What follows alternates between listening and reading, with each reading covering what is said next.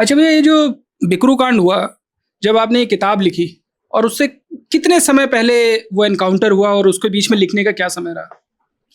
यार, इस किताब का प्रपोजल इनकाउंटर से पहले लिखा जा चुका था। ओके, ये मतलब दिस किताब वाज रिटन बिफोर एनकाउंटर? किताब नहीं लिखी गई थी, किताब का proposal. Okay. It was about 5 या 6 तारीख थी, जब पूरा दिल्ली का जर्नलिज्म का जो शेर था वो कानपुर पहुंच रहा था। आप कथित रूप से बड़े पत्रकार हो जाते हैं 20-25 साल किसी अखबार में काम कर लें, और वो भी शहर के सबसे बड़े अखबार में, देश के सबसे बड़े अखबार में, दुनिया के सबसे बड़े अखबार में जिसको कहा जाता है, उसमें नौकरी कर लें तो आप जगलर हो जाते हैं। तो जगलर केवल अपराधियों में थोड़ी होते हैं, पत्रकारिता में भी जगलर होते हैं। तो आप पत्रकारिता के जगलर रहते हैं, तो दिल्ली से जो जाएगा वो आपसे पूछेगा कि भाई साहब क्या हुआ था। और अगर आप उस संबंधित घटनाक्रम का जो मेन पात्र है, उसको हीरो कह लो, विलन कह लो, विलन ही कहा जाएगा, अगर आप उसी ब्रैकेट में हैं और उसकी पूरे क्राइम के उठान के समय में आपकी जर्नलिज्म का उठान हो रहा हो, तो आप पैरेलल टाइमलाइन के साथ चल रहे होते हैं। तो उस टाइमलाइन में आप पाओगे कि तो तमाम लोग जो दिल्ली से जा रहे थे वो मुझसे तमाम सवाल पूछ रहे थे, भाई साहब भैया ये क्या हुआ, भैया फिर कैसे हुआ। सबको खबरें चाहिए थी, शाम को अपने बॉस को बताना होता था ये वाली एक्सक्लूसिव लाए हम। तो हम लगभग रोज 2-3 दिन किसी ना किसी को, किसी एक दोस्त को बढ़िया से एक एक्सक्लूसिव बताते थे। हम मन में सोचते देखो आज वो खुश हो जाता था, उस दिन वो खुश, तो अगले दिन दूसरा खुश हो रहा है, ठीक चल रहा। 2-3 दिन बाद हमें लगा हम इनको क्यों बता रहे हैं यार, हम इसको कंपाइल करते हैं। फिर हमने इसको कंपाइल किया और कंपाइल करके हमने इसको 2-3 जगह भेजा। और उसके अगले दिन पेंगुइन की पब्लिशर है वैशाली माथुर जी, उनका फोन आ गया। और उन्होंने कहा कि मैं इस किताब पे काम कर रही हूँ। तब मेरे मुंह से निकल गया था कि 2-3 दिन में उसका एनकाउंटर हो जाएगा, परसों तक मार दिया जाएगा। 2-3 दिन मैंने एग्जैक्टली बताया था, परसों तक मार दिया जाएगा, और परसों मार दिया गया वो। भैया, उज्जैन में जाके उसने सरेंडर क्यों किया? मतलब क्या कुछ इसके पीछे डील चल रही थी उज्जैन में? देखो, 2 चीजें थी।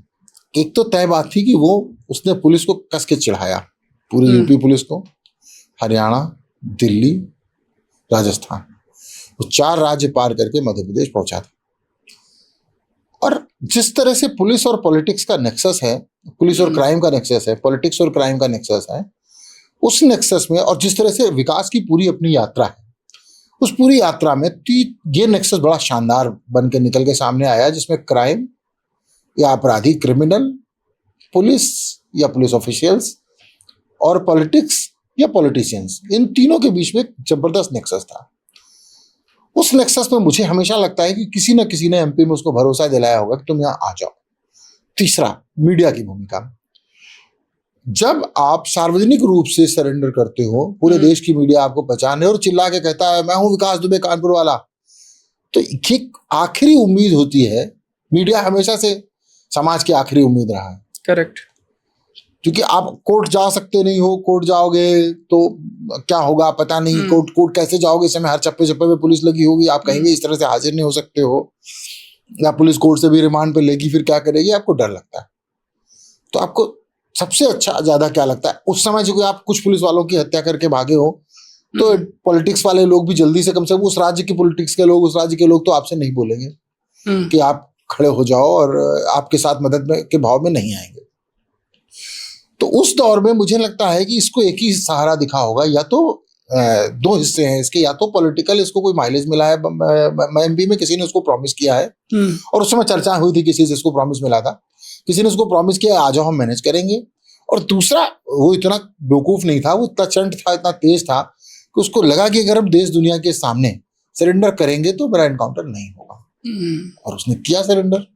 तो अगले दिन घटना हुई ना। जिस समय वो पकड़ा गया था भैया, उस समय जो लोग भी जानकार हैं, 90% से अधिक को पता था कि एनकाउंटर होने वाला है। हाँ, होने वाला है, लेकिन उसने जिस तरह से अपने आप को प्रेजेंट किया, इससे पहले के जितने एनकाउंटर हुए हैं इस तरह नहीं हुए। जैसे एक चर्चा बहुत तेजी से 1-2 दिन पहले चली कि वो नोएडा के किसी स्टूडियो में करने वाला है, सेक्टर 16। हाँ, तो वहां पुलिस पहुंच गई।